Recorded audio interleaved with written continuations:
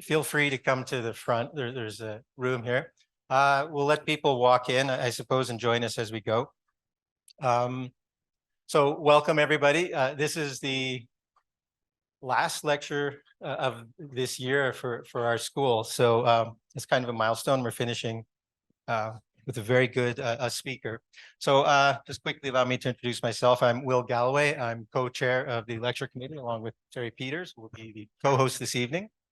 And so I'll begin, first of all, by acknowledging the lands on which we've all gathered. Toronto Metropolitan University sits on lands that are now known as Toronto, which have been inhabited for millennia by many Indigenous nations and peoples. And it is therefore our tradition to begin our meetings with a land acknowledgement, which not only recognizes the enduring presence and resilience of Indigenous peoples in our area, but is also a reminder that we are all accountable to these relationships. Toronto is in the dish with one spoon territory. The dish with one spoon is a treaty between the Anishinaabe, the Mississaugas, and the Haudenosaunee, and it binds them to share the territory and to protect the land. Subsequent Indigenous nations and peoples, Europeans, and all newcomers have been invited into this treaty in the spirit of peace, friendship, and respect. And it is in this spirit and on behalf of our university that I welcome you all. So at the last lecture, which was 2 weeks ago, not that long ago, I took the opportunity to mention that one of the most important implications of the land acknowledgement is that there's a connection between people and place. And that connection is actually almost like a physical thing that matters. And it's something that we need to be aware of and design, consciously. And I just wanted to repeat that really, because I think that's really, in essence, what this year's series is about. This year, the series is about the public city, how we relate to it as architects and as people in a community. And I think it's perhaps one of the most important questions that we can ask ourselves since we are the designers of the world that we live in. So before Terry introduces Matthew, I would like to give thanks to our sponsors and also just lay out the plan for the evening. So this year, the DAS Lecture Series is sponsored by Esri, Thames Valley Brick and Tile, by Diamond Schmidt Architects, and the Ontario Association of Architects. I'd like to thank you all for your support and your patronage for making this evening possible. Sponsorship is super important. Please, if you have any inclination to join next year, please do so. I can give you the person to talk to.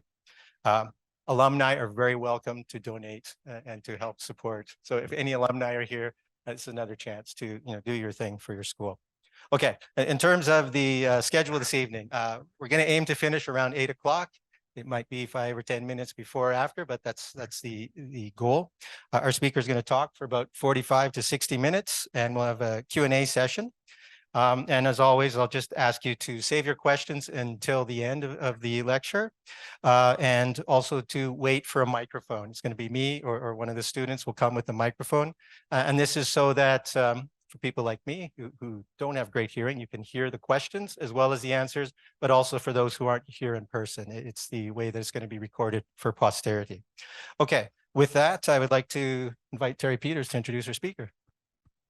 Well, it's my pleasure to introduce our speaker this evening. So Matthew Hickey is Mohawk Wolf Clan from the Six Nations of the Grand River First Nation. He received his Master's of Architecture from the University of Calgary and his Bachelor of Design from the Ontario College of Art and Design. His Mohawk background continues to have a significant impact on his work. Practicing architecture at Two Row Architect, located on Six Nations for 18 years, he currently oversees design and development for the firm. Their core focus is on Indigenous design and architecture, designing buildings, landscapes, art, installations on and off reserve located all over Turtle Island. I'm sure most of you are familiar with the wonderful round ring that we have on campus that you probably pass by every time you come into our campus and our building. So Matthew's focus on sustainability is on regenerative and restorative design, encompassing ecological, cultural, and economic principles. His work pushes the concept of integrated architecture, integrated landscape, universal accessibility, food equity, the importance of water, and placekeeping for all species, including humans. His research includes Indigenous history and architecture of Northern and Middle America, and the realignment of Western ideology towards historic sustainable technologies on the contemporary North American climate. He currently teaches at OCAD and critiques at the University of Toronto, and he's lectured across Canada and is proud to be a member of the Indigenous Task Force. So welcome, Matthew. Thank you. Awesome. Thank you. I also lectured here yesterday, so TMU to the list as well. And thank you for having me. Scano, Sego, Segoli, Songwenko, Matthew Gigiaso, Hatne Zongweho. My name is Matthew Hickey. I'm Giankaha, Mohawk from Six Nations, Wolf Clan on my mother's side, Irish, Scottish, Welsh on my father's side. I'm going to walk you through a few things today. I think the introduction, thank you for the introduction as well, and thank you for inviting me. Before I started, I wanted to start with the teaching. If you've seen me speak before, you may have seen me do this, but I think it's extremely important. My business partner, Brian Porter, and I had the opportunity to speak at the ARIC OAA annual general meeting in 2017 in Ottawa. And the theme, like most things that year, was 150 years of Canada. So we decided to talk about 150 years of Indigenous architecture. And then quickly realized that that was no small task. So we came up with this graph to represent areas of architecture that were influenced by or that influenced Indigenous architecture for the past 150 years. I'm not going to dive into this whole thing. This is a whole lecture in itself, but there's some key moments in here that I wanted to speak to. The key marker on the left there, the Canada Confederation of 1867, is the 150 years with 2 degrees of the circle equaling a year. The pink on the inside are the dates when the provinces and territories joined into Confederation. The purple are 3 select residential schools, and you'll notice that the purple starts before the Confederation of Canada. The blue is in reference to the Ganawagi steel walkers, or the men who are the skywalkers, the Mohawk skywalkers that built the World Trade Center, chased Manhattan, and continue to build tall towers. The gray sections are the World Wars. The green is what the first Indigenous architect started in Canada, which is Douglas Cardinal. And the pink slice down there at the bottom left is the Truth and Reconciliation from 2008 to 2015. So with the yellow left over, which is what I'm going to speak about to start our lecture, and this is the Indian Act. And these are just some key moments in the Indian Act. But I'll start to explain these to you. So the Indian Act was enacted just 9 years after Confederation. I use this graphic here, which is a little kind of jest. The question is, are they here illegally? And the answer to that is, yes, we'll just have to wait until they write the laws. And that's exactly what's happened. For those of you that don't know, we are still governed under the Indian Act, and it's still called the Indian Act to this day. In 1884, there was the banning of ceremony. So this move was mostly aimed towards the potlatch ceremony on the West Coast, but ceremonies are the basis of Indigenous life. Spudging, which you can see our Prime Minister doing here, is meant to, amongst other things, help you think good thoughts, help you see with good eyes, and help you speak good words. So I've used this as a bit of a poke towards our current government, who still hasn't fulfilled their promise of clean drinking water. In 1894, the residential school policy was adapted into the Indian Act. And this is the original Mohawk residential school, which was burnt down by the students. And this is often referred to as the mush hole. And this is the residential school that's on my First Nation of Six Nations. In 1914, dancing off reserve was banned. And this was aimed again towards powwows and potlatch ceremonies. And then in 1925, dancing was completely banned. And I used to think this is the weirdest thing. Why would they ban dancing in an act? A piece of public policy. So dancing is not just the act of outward expression for Indigenous people. It's about healing, it's about communication, it's about the transfer of oral knowledge, very integral into the basis and everyday lives of Indigenous people across this continent. This is an image of the smoke dance, which is traditionally performed by the Haudenosaunee. This is a very common dance we would do, and you look like you're making smoke. In 1927, the act prevented Indians from retaining lawyers without the permission of the government. So this was about ownership of land and mostly land claims. one that's really relevant to Canada in these current days. And we were doing some work in Ottawa. The Algonquin Anishinaabe First Nation says they've never ceded control over what they consider to be their traditional lands. So their land claim includes islands in the Ottawa River, as well as a long stretch of shoreline that includes Parliament, the Supreme Court, the National Library, and the Canadian War Museum.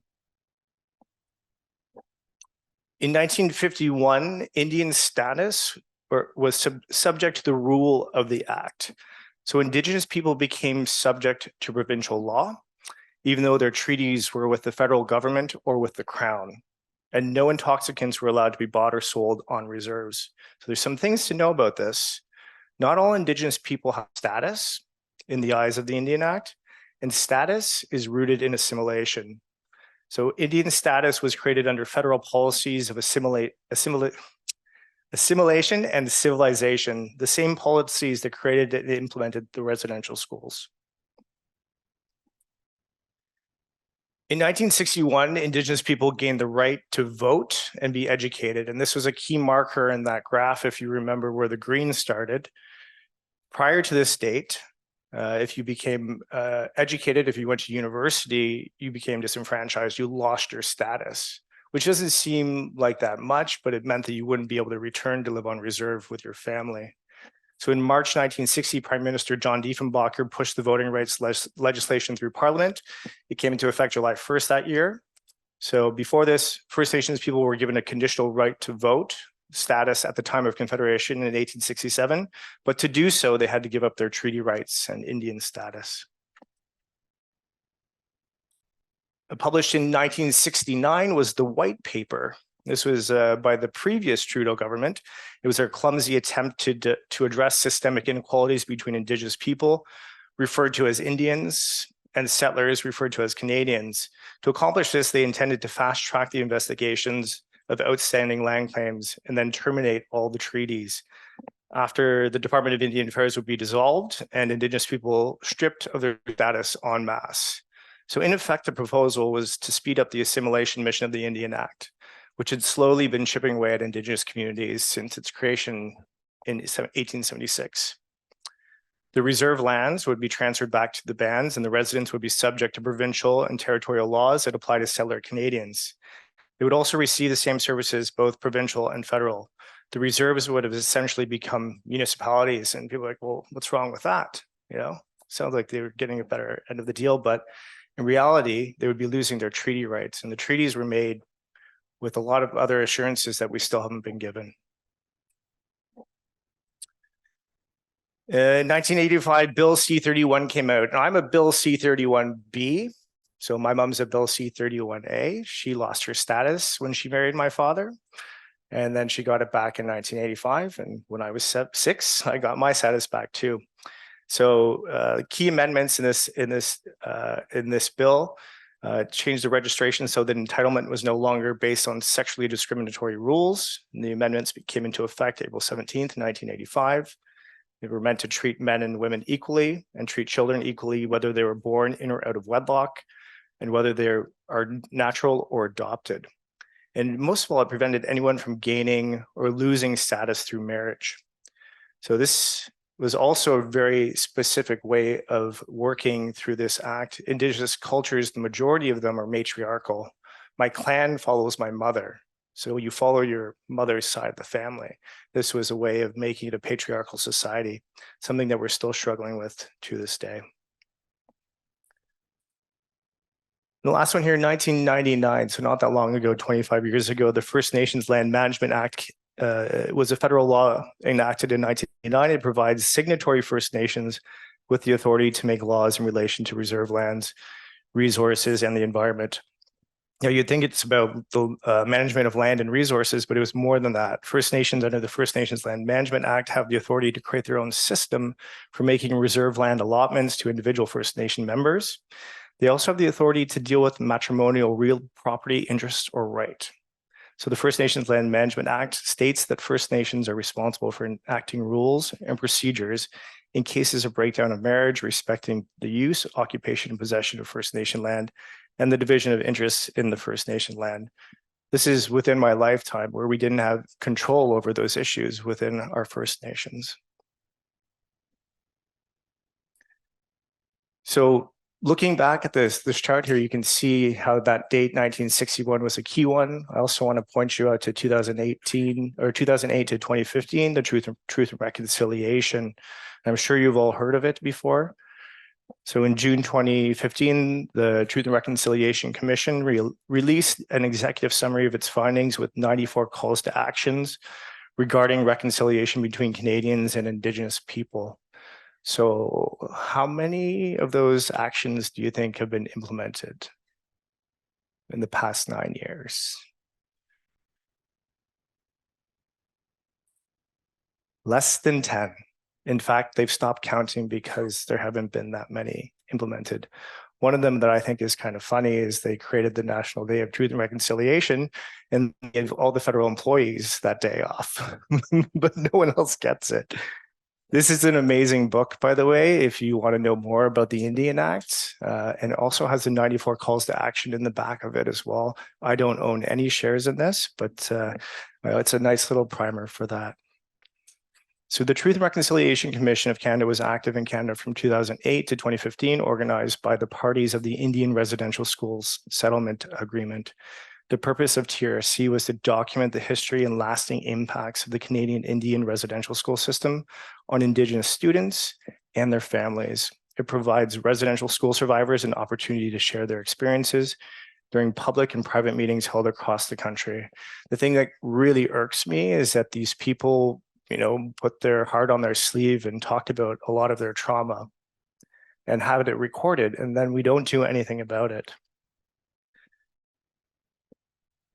Missing and murdered women, Indigenous women and girls, I should say. The Native Women's Association of Canada has created a database of missing and murdered Aboriginal women and girls. NWAC has worked hard to research every case, yet we believe there's still many more cases to document. The statistics that I have, which are fairly old, have about 582 cases of missing and murdered Aboriginal women and girls. Half of them haven't been solved, which is shocking. So I wanted to just kind of prime what I'm speaking about today from architecture, design, indigeneity, and kind of ground us in the understanding that these are issues that are constantly on our minds when we're working, constantly on our minds when we're working with our clients, and really things that we're trying to change through the act of architecture. I'm going to talk about a few things today. I'm going to talk about universal inclusivity, some of our ideas. I'm going to talk about Indigenous architecture, what it is, what it's not. I'm going to talk a little bit about a campus context. Then I'm going to show you some of our work, our process in our practice. We're going to start with universal inclusivity. So I had the opportunity to write an article for the Bentway Conservancy for Azure.com in October 2020. And in this article, I talked about the differences in Indigenous and Western ways of knowing and being, and our need to adjust our mindset. So this quote is from that article: decolonizing, and I would add now, a few years later, indigenizing the way that we think about design and architecture and the processes by which we create the built environment begin with taking humans off the top of the pyramid and placing them as an equal part of the circle.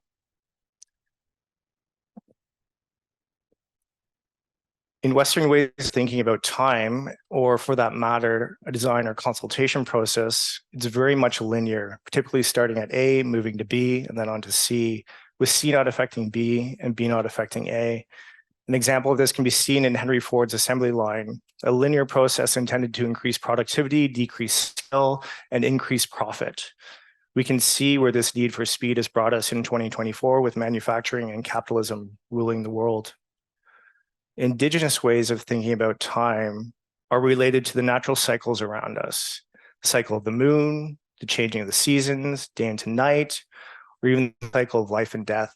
We start at A, moving to B, and then to C, always understanding that what we do now has an effect on what we call the future. Sometimes this is referred to as seventh generation teaching, but specifically within different Indigenous cultures, this is an understanding that we are all connected to each other, to the natural world, and to the cycles that surround us. In colonial ways of knowing and being, there's a hierarchy. You're always trying to work your way to the top, but everyone and everything will eventually be below you. This can be related to humanity. We think as humans that we're better than everything else around us, that we're special. In Indigenous ways of knowing and being, we place ourselves as part of the circle. This is non-hierarchical thinking. We need to understand that as humans, we're no more important than a single drop of rain. This way of thinking informs how we approach our work. So when we think about modern humans in the scale of existence of the Earth, we have to understand that we're just a blip on the timeline.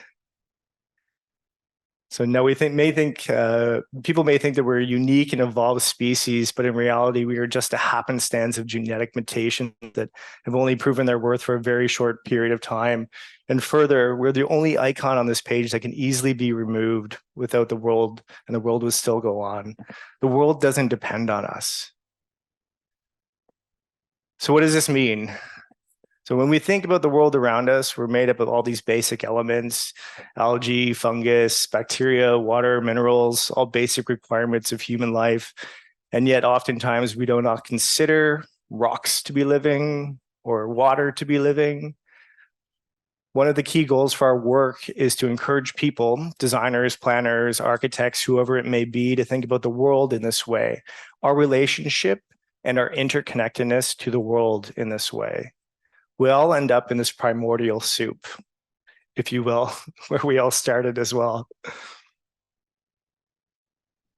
So we often get asked, what's Indigenous architecture? What makes architecture Indigenous? And this can sometimes be a difficult question to answer. So what we're seeing is a realignment of Western ways of thinking towards Indigenous ways of knowing and being. And this can be seen or shown through a shift in architecture. And we use this chart here or graph that we created. If Indigenous architecture, let's say, is the middle circle, all these other pieces that we start in this chart start to work themselves towards this center of the circle. The blue line is where we're going to begin, and I'm going to begin with what Indigenous architecture is not. So forts. I'm using 1564 here because this is when one of the first known forts in North America was created. This is one of my favorite images that I have. This is a map of all the forts in the Greater Canada area compiled in 1930 by Ernest Van Horst, PhD, for the Department of the Interior of Ottawa. So the idea of a fort is to secure the landscape, the trapping grounds, to secure the trade routes, and then to ensure that all those resources are controlled from your fortress. This is not Indigenous architecture. One of the things that you'll notice on this image is all the forts are located on waterways. This is how we used to move through this country. This shifts to 1836 with the railroads. So this is a Fairmont Banff Springs Hotel, originally built in 1888. So the railroads provided for the rise of the Grand Hotel. So the idea here is that now that we have control and own the landscape, we can enjoy it from inside our luxury castle. These buildings are built to dominate the landscape. They have an imported sense of design and culture. This is not Indigenous architecture. It's beautiful, but it's not Indigenous architecture. Moving into modernism, 1920s or so. Seagram Building, New York City, 1958, Mies van der Rohe. So this building, and don't get me wrong, I love this building, no directionality to align with natural lighting, no directionality to align with natural ventilation. All the sides are being treated the same. There's no context, usually on a podium removed from the street. There's hierarchy in this building. You can tell one's pay scale by how high they are into the building and how close they are to a corner office. And I think we're moving away from this with our new tech companies, but this is not Indigenous architecture. postmodernism, or what I like to call the need to import culture. And we're going to talk a little bit about this today, or I'm going to talk a little bit about this today as well. And I don't want to offend anybody if they worked on this building here. This is Kirkland Jones Mississauga City Hall, 1987. This is a clear reference or import of Greek or neoclassical architecture and civic planning. You can clearly see the agora, the amphitheater, the colonnade. And I mean, I will say with this, the complex, to the credits of the architects also intend to reference the agrarian architecture of Mississauga at the time, with the collection of buildings being similar in composition and form to a working farm. So at the time of its construction in 1987, and some of us are old enough to remember this, in North Mississauga was mostly farmland. So this was kind of an appropriate approach to some degree at that point in time. Now, one of the reasons for the import of visual culture is to establish control. This can easily be seen in historically in forts, but also asserting economic power in the case of banks. So visual identity of control, power, and stability. This is the Bank of Montreal's head office located on Saint-Jacques Street in Montreal, Quebec. The centerpiece of the complex is the Bank of Montreal's main branch, a Pantheon-like building built by John Wells in 1847. The building was inspired by the design of the former headquarters of the Commercial Bank of Scotland in Edinburgh. The building is in neoclassical style. The sculpted pediment of the building was done by Sir John Steele, and enlargements to the building were made in 1901 to 1905 by the New York City firm of McKim, Mead and White. You can see clearly this is not of this place. This, I think, even gets more overt. The Vancouver Public Library by Moshe Safdie in 1995. So one would call this civic architecture with the intent to create place through visual reference to what people considered the birthplace of democracy. But does this make sense in our context of Canada? You know, what is the identity of our architecture? Why are we not pulling on architecture that comes from the people of this place and the place itself, its history? So what does this mean in Canadian context? What is the Canadian identity? And how is this represented in architecture? For 150 years plus, we've been importing culture into Canada, buildings based on classical interpretations from across the oceans from a different time and place. This import has continued into the 21st century and can be seen in contemporary constructions throughout Canada. And I wanted to start with a few of these examples to establish this practice within the Canadian context. And we're going to go back to some of these typologies. So now this assertion or import of typology was not only prominent in banks and civic buildings, but also in institutional buildings, including residential schools. And again, we're back at the Mohawk Institute, the original one, rebuilt after the 1904 fire, which they considered to be caused by the Indians at the school. It was operated by the Anglican Church of Canada from its founding as the Mechanics Institute, which was a day school for boys of the Six Nations of the Grand River Reserve. In 1828 until 1969, when control was handed over to the Canadian federal government, the Mohawk Institute was established on 350 acres of farmland, all of which were or had been part of the lands of the Six Nations at some point. I will add that the children were made to farm the land there. There were schools in Sault Ste. Marie area since 1833, industrial homes built on the Garden River First Nation in 1871. Much like the Mohawk Institute, they were destroyed by fire and rebuilt with non-combustible construction.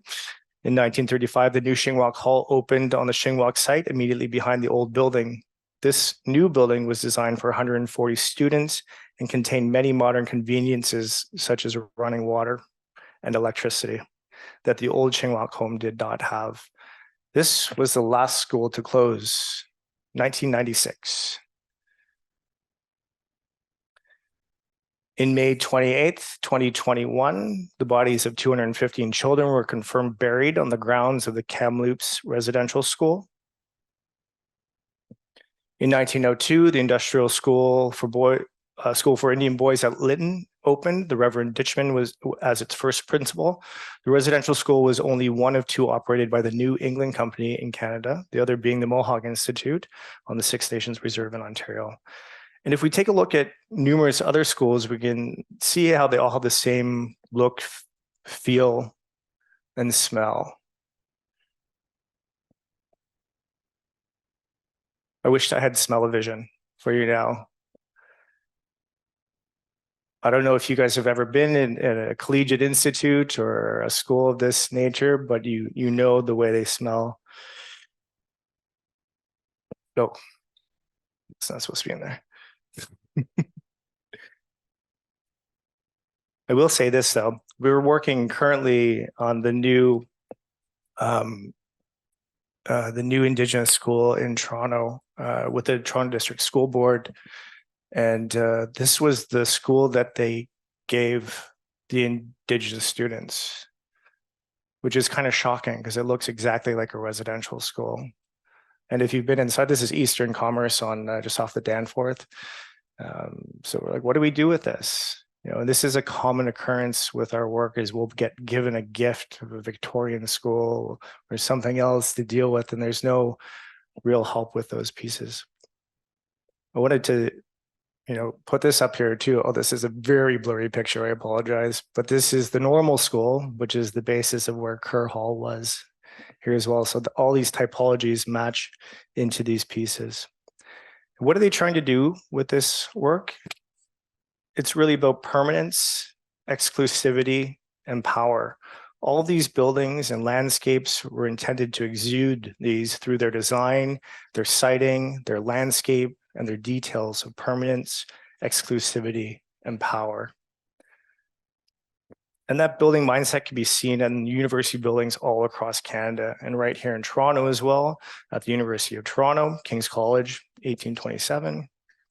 St. Michael's College, 1852, Trinity College, 1851, all designed to exude the qualities of permanence, exclusivity, and power. All the things that we would consider to not be Indigenous architecture. So one of the big questions that we're tackling today is how do we reinsert Indigenous values into campuses that are specifically designed to not hold those same values? You take a look at U of T, it's an older institution than Canada itself. It's embedded, this way of being is embedded not only in its policies, but also its architecture, something that's really difficult to break because it's a constant that's there. And one of the questions that we're always trying to work against is, what is heritage? What does heritage mean? And when we think about heritage, it's constantly coming up about the built form. It's what's built. We look at a building, sometimes it's a landscape, but it's something that's been manipulated by humans. And that's what we value. I have a good friend, Jason LeBlanc, works for Perkins & Will, and him and I have lots of chats about this, and we came up with this term, historic fabric. Maybe we didn't come up with it, but we chatted about it. This idea of historic fabric and thinking beyond the built form. And for us, this kind of means two things. The historic fabric is inclusive of story and not just the built form. It can talk about natural history. It can talk about other. It can talk about our relations. It can talk about the water that was there. It can talk about a buried stream. It doesn't have to be a built building. We also allow that. What that does is it allows us to go back even further. This oftentimes, you guys have probably heard this. In this city, the original shoreline. People talk about the original shoreline all the time, but that shoreline has been moving for thousands of years. It's constantly dynamic. We're the ones that are controlling it now. But I think if we start opening up our minds and using different terminology around these, it can start to change the way that we work, the way that we think about our work. So I'm going to talk a little bit about our process through some of the things that we've done. This is oftentimes, if you've seen me speak before, I rarely show any of our work because I'm more interested in the process and how we do things. For us, consultation is a key component of our work with Indigenous communities, and we like to call that not even consultation, but relationship building. Relationship building that should start before the project starts and should continue on past the end of the project. Oftentimes, I've worked with some of the people in the room here. They know that we've been brought in partway through the process. So the relationship building can start at any time, but the ideal way is to start it before and continue it after. Sometimes we're forced to work with little or no consultation, which is okay. We're lucky enough to have done work for long enough that we can do that. But I'm going to talk about a couple of our projects. I'm going to start with what we affectionately call the ring. So we've been working with TMU for about 5 years now, and we've been started on the library consultation.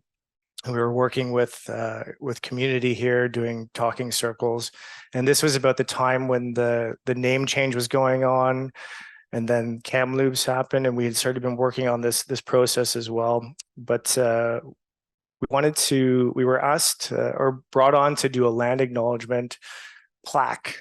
And we're like, a plaque? That's like the most colonial thing you can do, is to put a land acknowledgement on a plaque. So we're like, oh, let's maybe think about this a little bit differently. And I mean, we didn't have an answer at that time, but what we wanted to do was spend some time working with the community here. And TMU has an amazing Indigenous community with an awesome elder, Joanne Dallaire, and lots of great staff and faculty and students. So we went through, this is kind of our shortened process that we went through, but the first one was listening. You know, we as architects, as designers, we're taught to come into a situation. What's your problem? I've got the solution for this.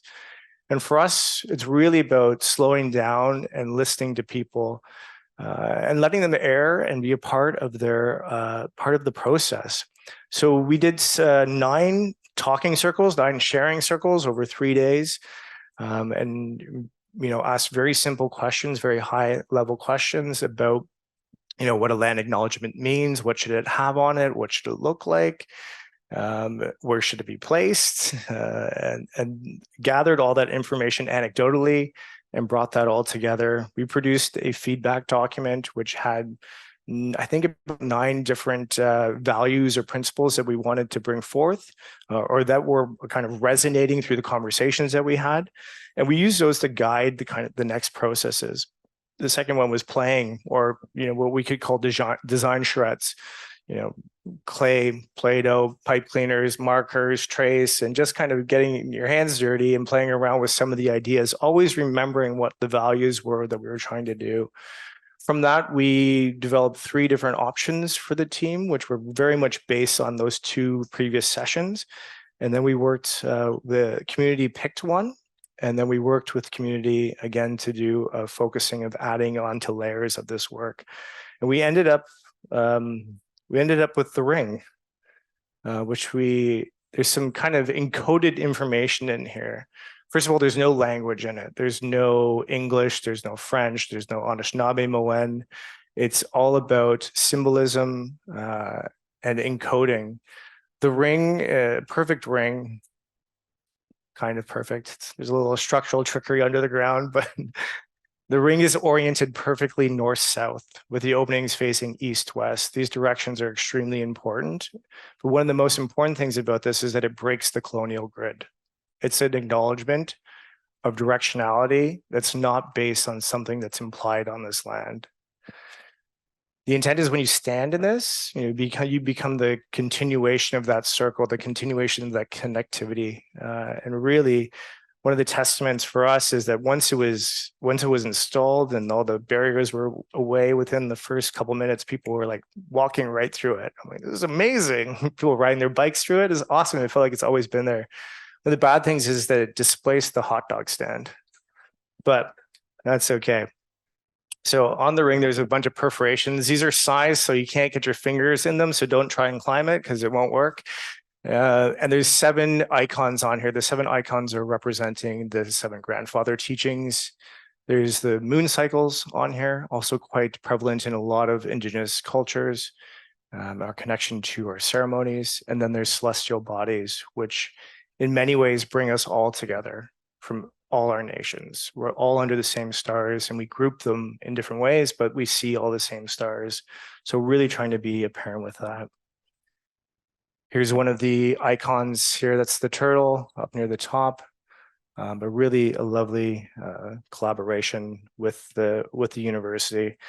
And for us, we were just the facilitators for this. This work all came through our process and our work with community at TMU. And we were lucky enough to get to facilitate to making this. Blackwell was the structural engineers, and TPP was the planning partnership was doing the landscape at the time. I'm going to talk to you guys about another one of these gifts that we've had. Gift of a heritage or Victorian home.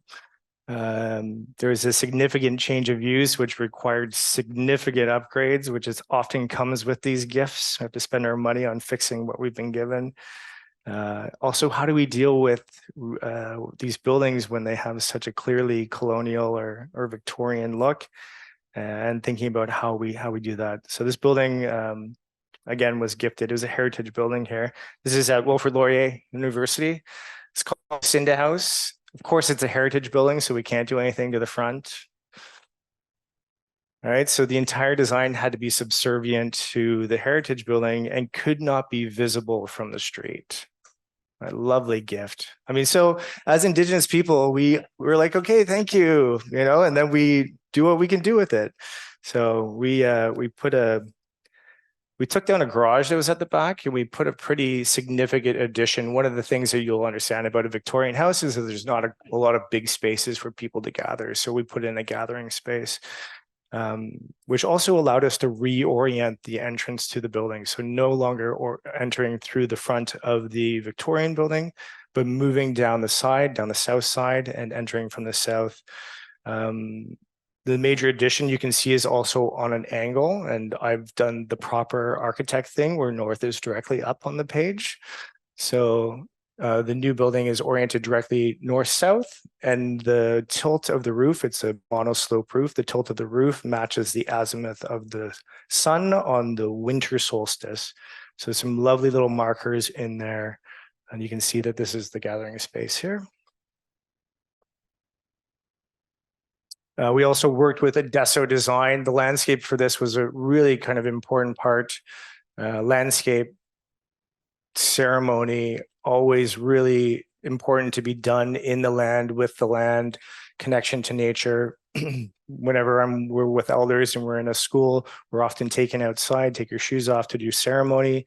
It's a really lovely way to connect. So also really extremely important about that. There's a fire pit in there as well. I'm going to show you a couple renderings of this. And then I'll show you what it actually looks like, which is kind of patchy. So we did this in CLT. Those are all CLT panels, CLT structure. This is facing south, and you can see that monoslope there, which is hitting the azimuth on December 21st.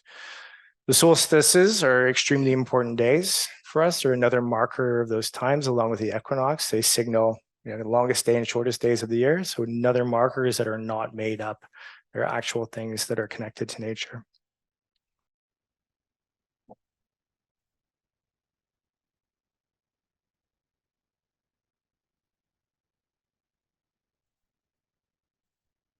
I'm going to talk a little bit about our work at Odato now. This was done with Gow Hastings Architects. It was really fantastic to work with them.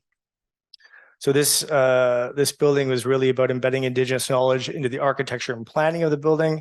It's intended to be a home away from home, marks place through the acknowledgement of celestial movement. You'll see that as a theme, and is a unique beacon to campus life or Indigenous campus life.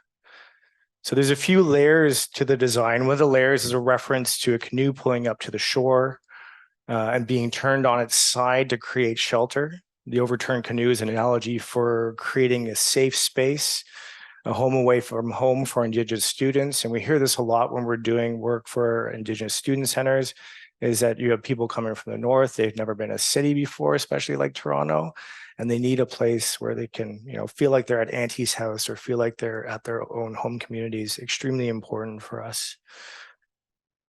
So this slide shows the integration of the new form combined with the existing classrooms, the Newnham campus, beyond the new buildings, the old buildings. This one's connected to a 1970s brutalist concrete flip up precast building, pretty terrible building, to be honest.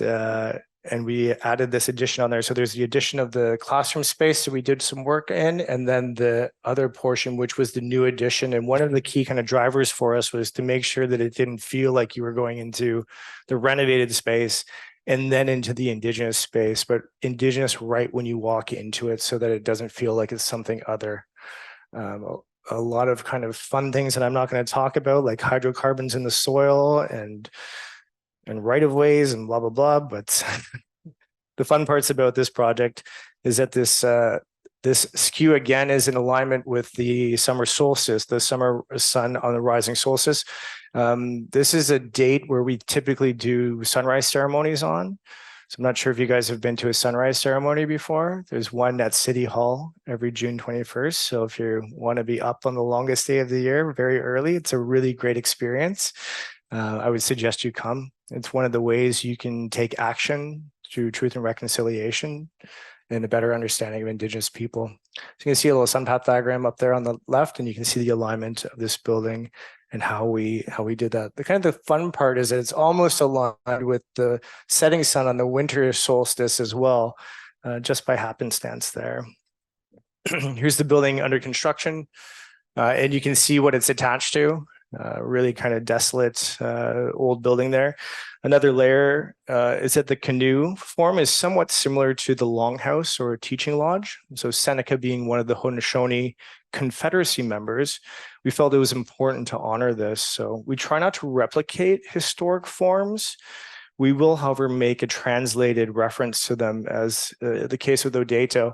And I should mention, we often, when we're talking about Anishinaabe people, we talk about the wigwam, which is kind of the round form that you would see similar to a sweat lodge.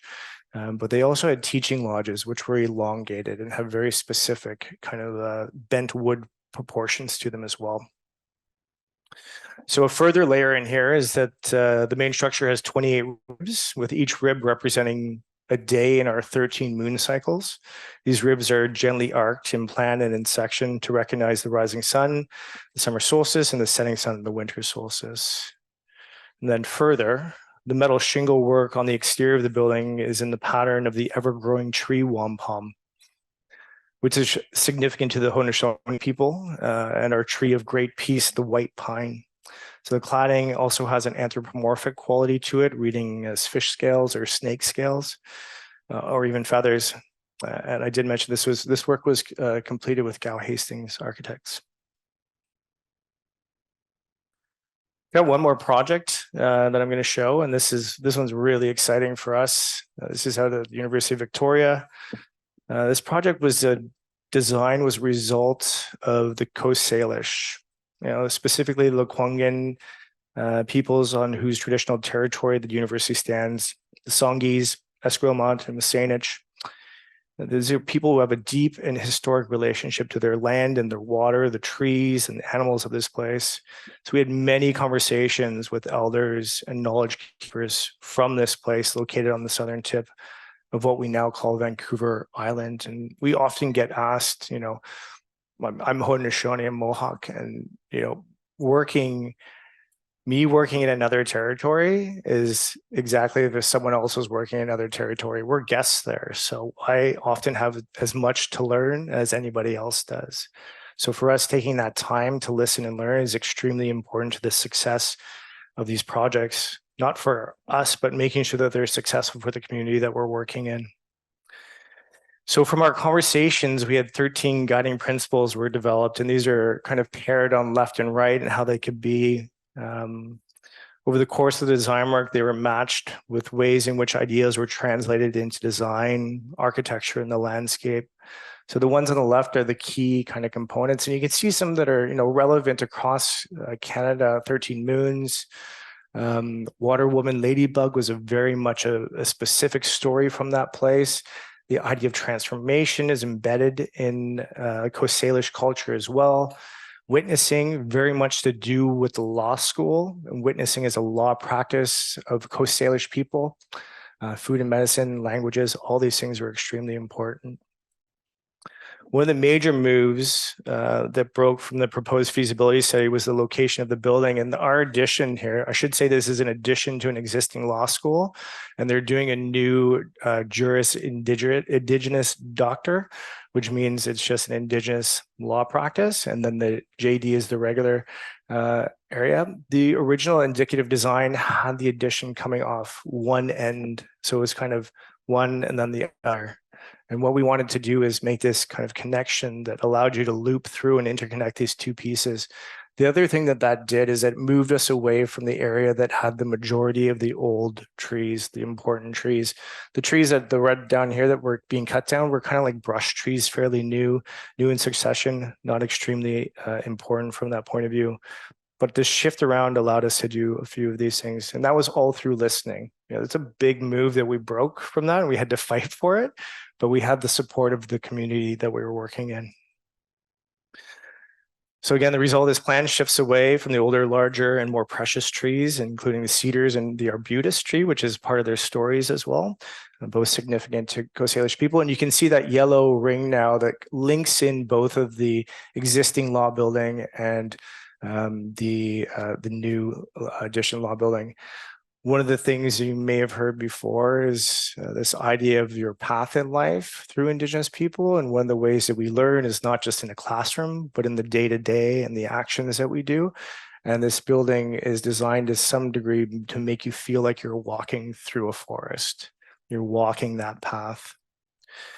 I'm going to show you a couple of renderings from here. This is the view from that creek that we moved away from, or the kind of where the big trees were.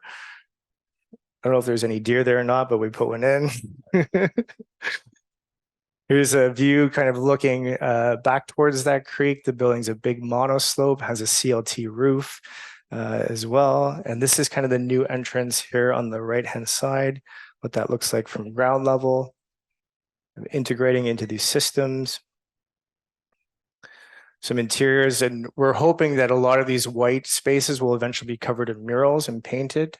Very kind of simple floor, CLT roof, and these columns on the right, those trees we felled from that area, we felled them a year early and dried them, and we've reused them in the architecture. And this is under construction, which is really exciting. So you can see these trees a lot smoother than we thought they were going to be, but they turned out beautifully. Point loaded CLT, so there's no beams in kind of the open areas. You can see that here.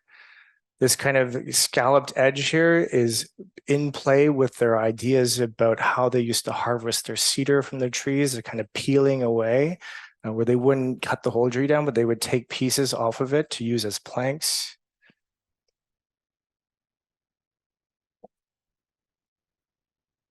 It's really exciting, this project for us. So some of you may be wondering what two-row means. So two-row, or the Geswenta, is a wampum belt that records an agreement between the Dutch and the Haudenosaunee. The two rows of beads, the purple beads, represent a canoe and a Dutch ship traveling down the St. Lawrence River together on parallel paths, each moving forward together and not interfering in each other's affairs. So this is how we like to work at two-row, in collaboration, bringing together the strengths of both Western and Indigenous ways of knowing and being. And with that, I'll say thank you.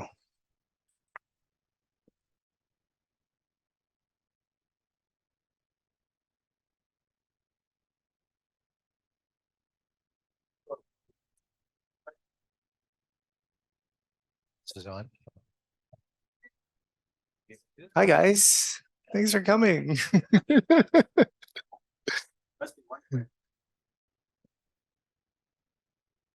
Yeah. Is someone else going? No. Thank you so much. That was great. I was just wondering if you might be able to speak a bit more to, you talked a lot about your process. And I was wondering kind of what you expect to get out of the community, what some of those questions are that you ask in the talking circles. We don't expect to get anything. Got it. I think, you know, as architects, we're trained to speak all the time to confirm that we're hearing what you're saying and we understand. And the hardest thing about our talking circles is to shut our mouths. And it's a practice where we speak, we literally only ask the questions, even if we want to, participate in that conversation. Because what we end up doing a lot of the time is that we cut people off. And if you cut an elder off, you're not going to get the good stuff. So there's oftentimes, if we're speaking with elders or anybody that may even be shy in speaking, that there's a minute, 2 minutes of silence. And the ability to let that sit and be there is really important. And it's so counterintuitive to the way that we're trained that it feels awkward. You got to sit with that. So, I mean, that to me is one of the biggest parts of our process when we get to do that is really important. Some questions, if it depends on who we're speaking to. If we're speaking to elders, we may ask questions about, traditional things or stories that come from that place. Specifically, like if I use when our work at UVic, we spoke to a number of chiefs. And we could, just kind of prompt them to some degree, and they would tell us stories. They would talk for 10, 15 minutes about whatever they wanted to talk about. And we can just pull from those recordings. We try not to record anything visually or audio wise. It's all anecdotal. And also if we're taking things from elders or we're given information from elders, we'll always reference them as well in the work. But yeah, it could be anything. For working with youth, who knows what you're going to get, but just even giving them a chance to play or contribute is extremely important as well. Thank you.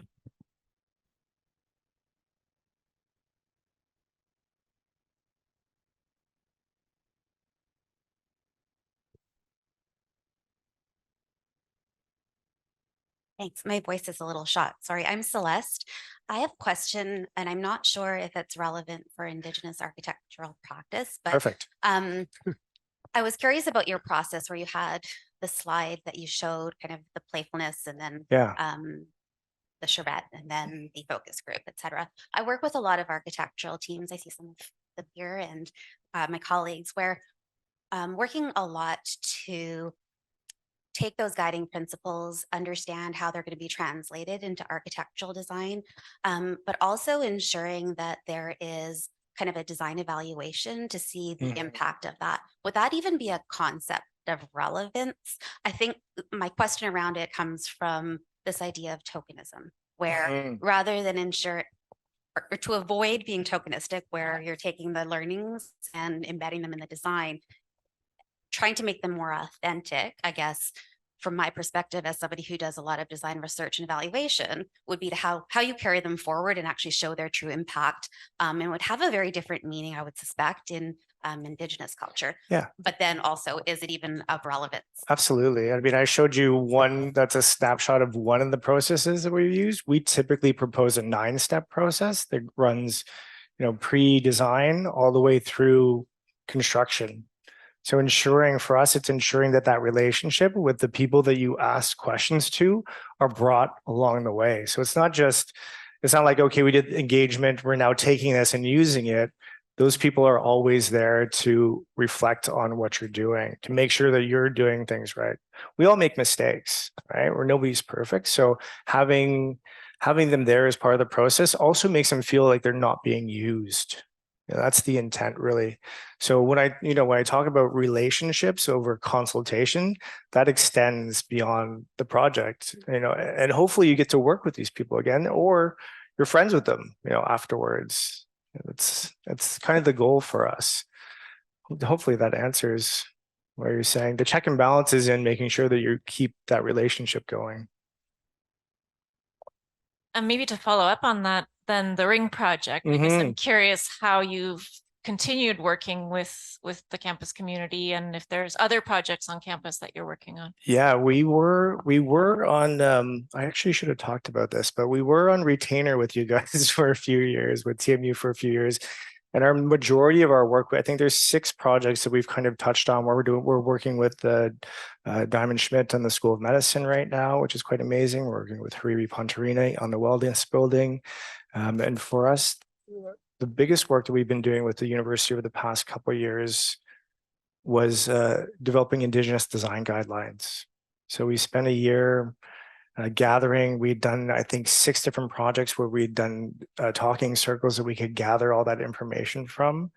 Then we spent about a year trying to figure out how do we put this in a document in a good way, where it's not just another report, but it's read in a good way. So we did that in consultation with the Indigenous Space Sub-Working Group, ISSWG here, and Elder Joanne Dallaire and a lot of the other Indigenous community. And then we produced a document. I didn't talk about it today because it's not quite public yet. At least not outwardly public, but it should be. It's gone through about a year of beta testing, and we used it on the School of Medicine, and it's turned out really well. And what it is really just kind of a baseline, as opposed to us going back to community every time there's a new project and asking the same questions. It allows for incoming consultants or people that are working within the university to have a baseline of what's kind of expected, or what's also what else you're able to do as well. Can you think about things in a different way? So we've been testing it out with TMU, and the first test went really well. Yeah.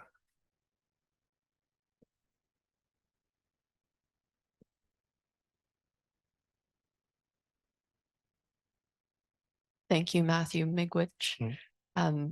I have so many questions, but I'll keep it brief. How do we indigenize the entire profession, all of the regulatory organizations and the internship process and the whole shebang?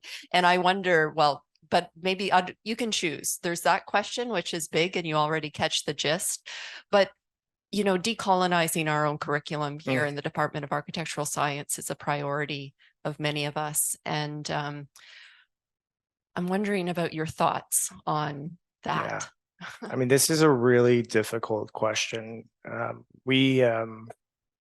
There's a number of us Indigenous educators that have come together to speak, and I actually have a conference, and David Forten, who you probably know, brought us all together. There's 14 of us, and it was really to help him with his teaching lodge work, but we kind of sidetracked that and talked about how do we do this right? With so few resources as well. There's maybe 20 licensed Indigenous architects in Canada. A handful of us practice, and then a handful of us teach. So how do you do that in a good way across a full spectrum, across all the institutions? So we have been thinking about that, and the Lady of Smoke's been working to kind of put together some curriculum that could be universal and used across all the different schools of architecture. It's hard, it's hard to have a critical mass as well in order for people to feel like they can thrive as a Indigenous faculty member as well. I'm lucky at OCAD, and not necessarily in design, but there's 15 Indigenous faculty members of all different design, art background that we can kind of gang up, It's hard when you're the only one. So I think there's a couple things to think about there from, how is it done authentically, which I think it needs to be coming from Indigenous community for that to be, in a good way. Not to say don't do anything, but I think there always needs to be that check and balance. And then the other thing is, I'm going to say is it's going to take time. It's going to take time. Wanda de la Costa is we're kind of have enough critical mass of us now that we can start to help with that change, but it's going to take, another 10, 15, 20 years, I'd say. So that patience part is key. The other piece is action. We can't just talk about these things anymore. There needs to be an action plan, and that plan needs to be implemented. I was looking at, was brought to my attention again that the City of Toronto has a reconciliation action plan. And I was asking people, I'm like, oh, which one of the 28 things are you implementing in this project? So we need to be aware that these are there, and also make sure that we're following through with the action to make sure that that change happens. Impossible question.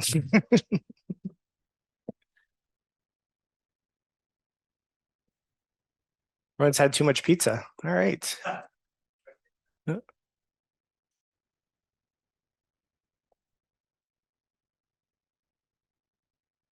Thank you, Matthew, for the presentation. I had a question. I found it interesting when you were talking about the heritage building you got as a gift. I think it's a very interesting way to see it, as opposed to just we got it, it's a gift. And I know in the heritage sector, there's a lot of talks about how do we decolonize that heritage thinking, because it's very colonial in the way it is being approached. And I fully agree with that. And the sector does look to approach an indigenous way of looking at this. It still has a lot of work to do, but it's in the right path. I'd be interested to know how should we look at existing buildings or heritage buildings through that eye in a way that can make it a little bit different from the way we're doing it right now. When you're saying, for example, we can't touch the outside, which is very common with these types of buildings. Do you think that's okay, or we should be opening our minds a little bit? Like, how would you approach that? Like standards and guidelines to deal with existing buildings? Well, I mean, I think there's a bunch of things in there. One is, I've never seen so many exoskeletons in Toronto that I've seen over the past 5 years, 4 years.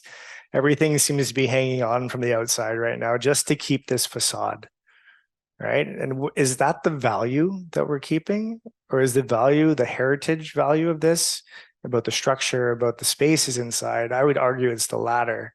So I don't think we're doing that right to begin with. I think that heritage is, you're following checks and balances. If you're in the city, this is what it says, and this is therefore what I'm doing. There hasn't been any talk to decolonize that policy, which needs to happen. We've done one project where we've, with ERA, I think we were working with to get kind of this language into our heritage report and talking about a buried stream that runs under the building.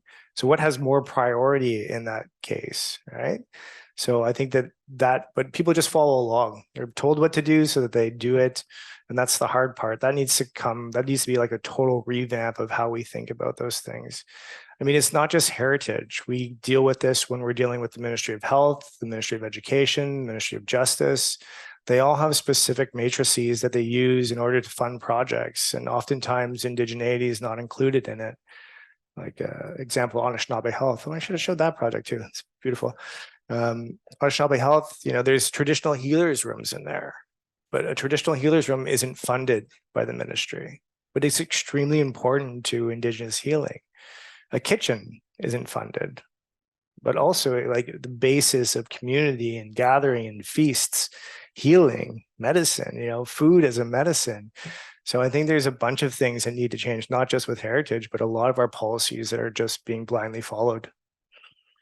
We're trying to do that, but it's hard.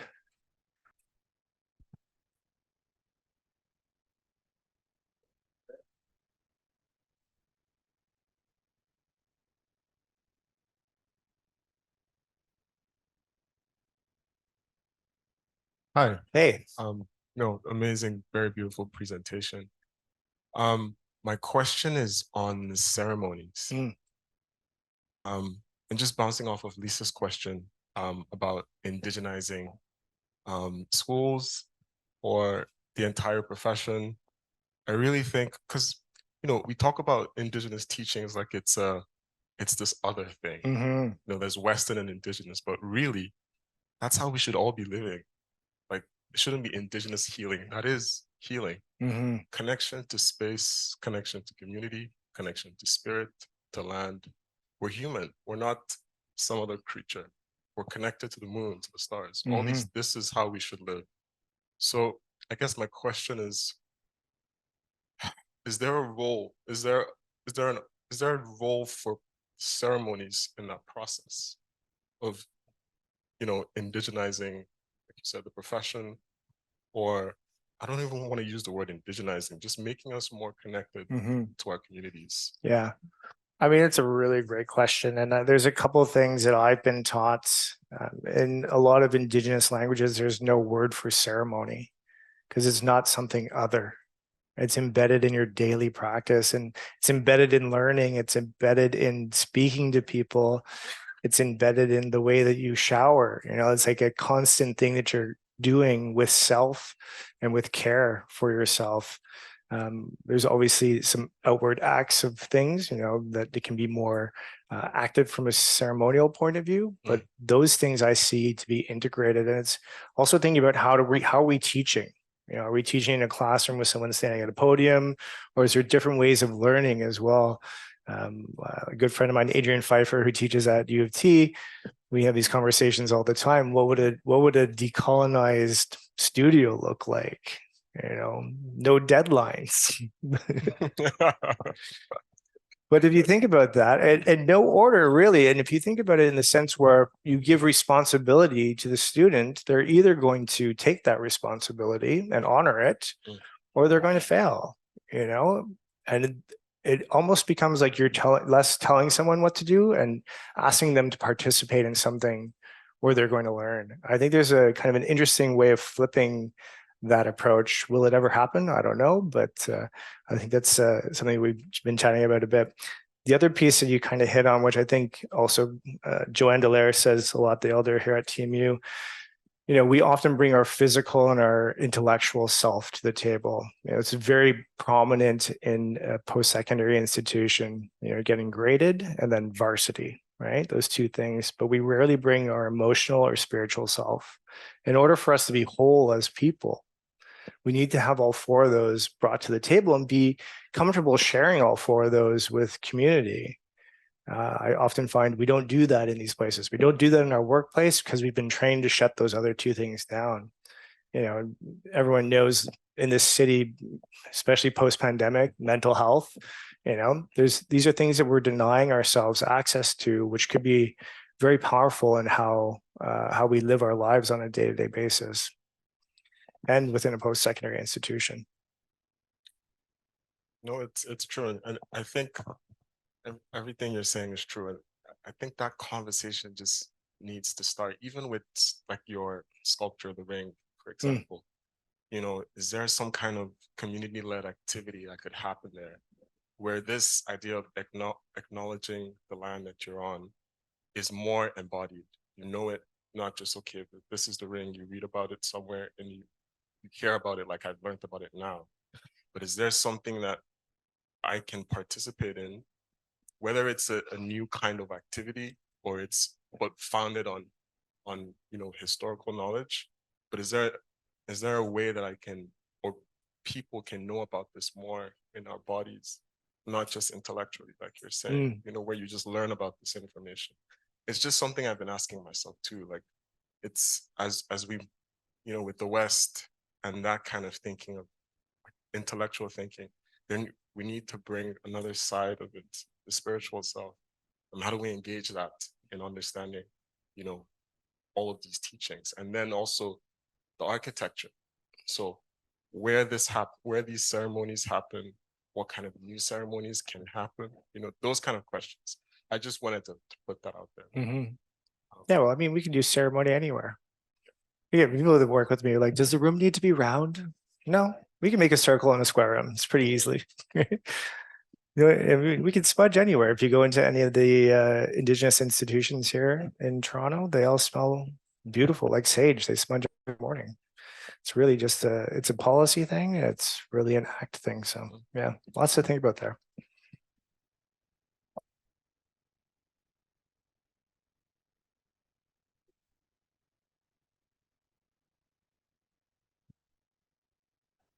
Oh.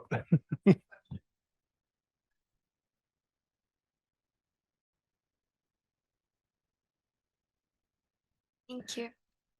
I was just wondering from a student's perspective, if there is space for us to acknowledge or engage with these guiding principles in our studio works, where we're maybe not as fortunate to create these talking spaces and sharing spaces with Indigenous communities.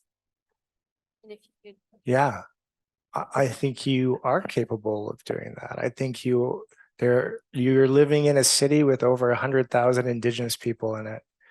And there are things going on consistently and constantly. And I would encourage you, if you're interested in doing this type of work, to participate in, you know, a powwow or a sunrise ceremony or something that's acceptable. People will let you into these ceremonies or processes or events at any point in time.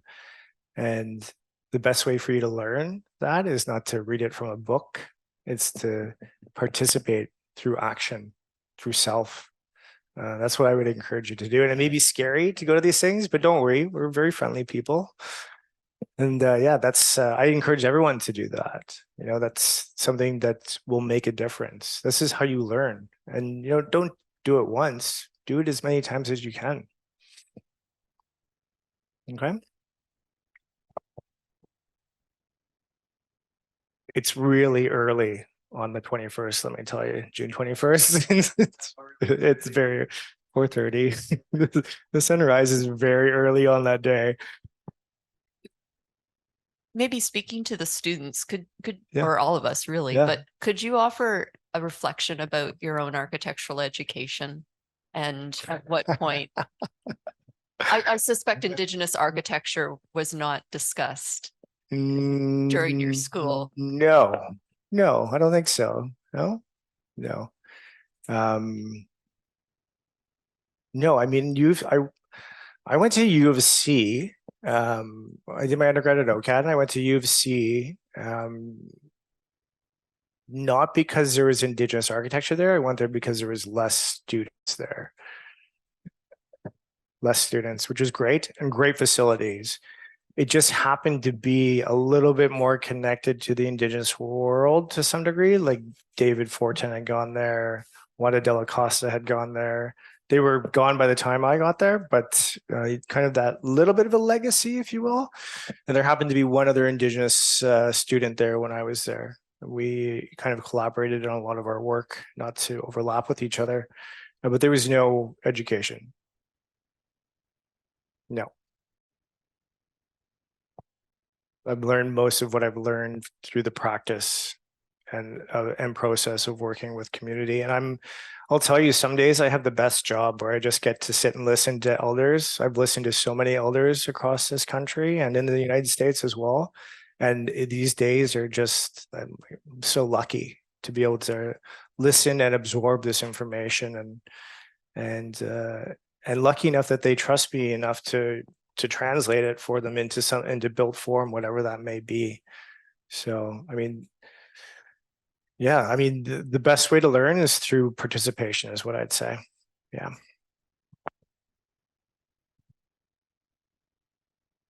Thanks so much, Matthew. You really made me think a lot about heritage today and to think about the definition of that and challenging my own thoughts about projects and how they've kind of come to be as well.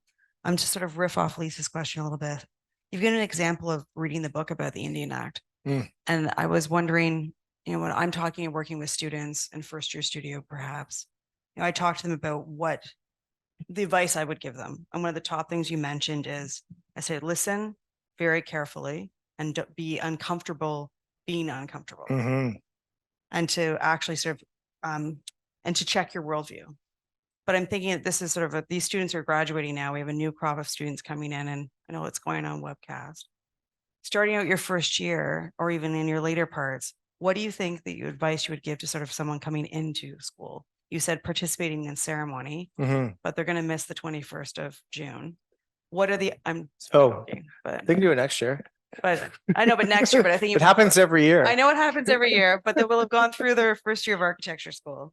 But I think, what would you give to them, or what would it be the advice you would give to architects, frankly, and planners? And I'm thinking specifically about land, building on land, as a piece of advice for them moving forward. I mean, I used to say it took us 150 years to get into this mess. It's going to take us 150 years to get out of that. And what that means to me is that there needs to be a consistent and ongoing work towards learning, not just for students, but for all of us that were not taught anything about Indigenous people in Canada or coming from other countries. I learned about savages in my French cahier, right? That's where I learned in my public school upbringing, less what I know from my family. But that's a consistent kind of reprogramming and lifelong journey of education. You know, to me, that's a commitment that people need to make. And, you know, one thing a year is a good kind of speed for that, I'd say. And, you know, whether it's a course, you know, what University of Alberta has put out, or whether it's, you know, an action that you go to, a powwow or a ceremony or whatever it is, I think there needs to be that consistent ongoing thing. You're not going to learn everything right away. It's impossible. It's impossible. So, I mean, I wouldn't freak out about that. Just take your time, get excited about it, and learn what you can learn along the way. Thanks so much. It's a journey. It's a journey.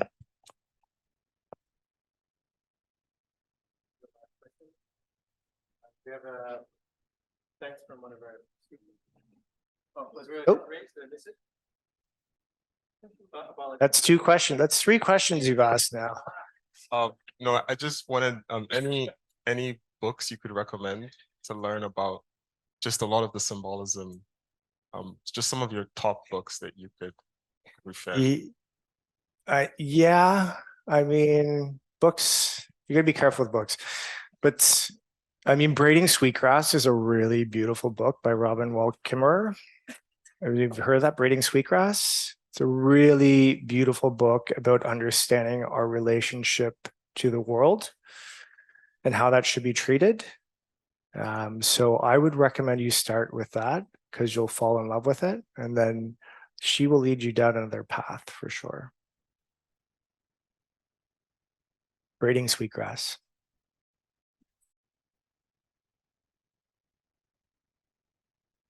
I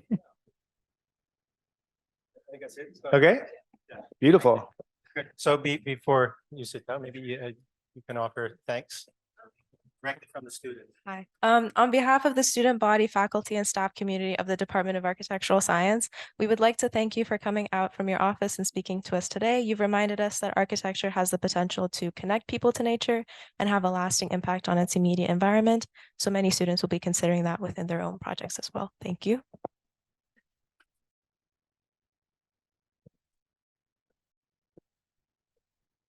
All right, thank you again, Matthew, for joining us this evening. I have a few things just to sort of wrap up with. Okay, I'll just do that then. So yeah, thank you very much for joining us. It was actually amazing, really good questions and lots of food for thought. And I think it's great that we end how many 6 or 7 lectures this year with a lot of questions rather than with lots of answers, because you know that's our future, and as soon as we think we know the answer, we probably are going the wrong way. So thank you for adding to that. Okay, thank you all for coming, and I'm just going to say thanks to all the people for the whole year who made this possible. Alex Bersoneau, 2 technicians, Ivan Skyba and Leo Reutman, who make this microphone work. If they were not here, you would be trying to hear me mumble. So thank you very much for our technicians. Every time it's kind of like a small miracle. Bridget DeLima, Alan Sereno, also, and finally to our students and of course Terry. So I think I've got everyone. Did I miss someone? I think that's it. And usually I finish off by saying, please come to the next lecture, but it's going to be, I guess, in September or October next year. So please don't forget us over the summer. Make sure you go to the morning sunrise ceremony. Thank you. It's not that early, and you know the city is beautiful at 4 in the morning. So thank you very much for joining us, and we'll see you next year. Okay,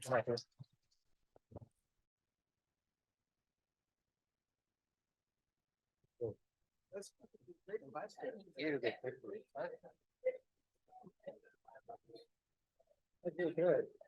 Really, cool. I have a lot of questions, but